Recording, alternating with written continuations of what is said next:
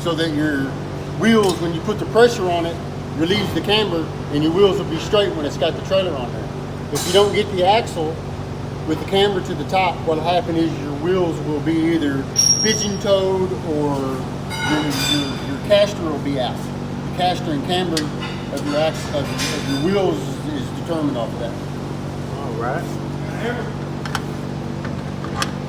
So the camber goes to the top, y'all. Trailers, we aren't going to give you all of it, but we'll give you that much of it. You got to replace the axle. Why did we determine why the hub did what it did? Robert? What appeared to me was a failure in the casting. Failure in the casting. Where's that casting at? Yeah. Let's look at it over So here. this portion right here on the hub broke off, which destroyed the oil seal or your grease seal, and then this bearing ran dry.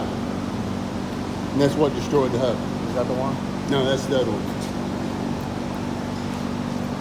Where's the other one at? The other one we left it at Magnum Trailer. Oh. Yeah. Well, we don't have the broken one. No, we don't have it. All right, there you go. Trailer repair. Back on the road. ABG Welding. Get it in. Serving God, Bird and Rod. Thanks for watching.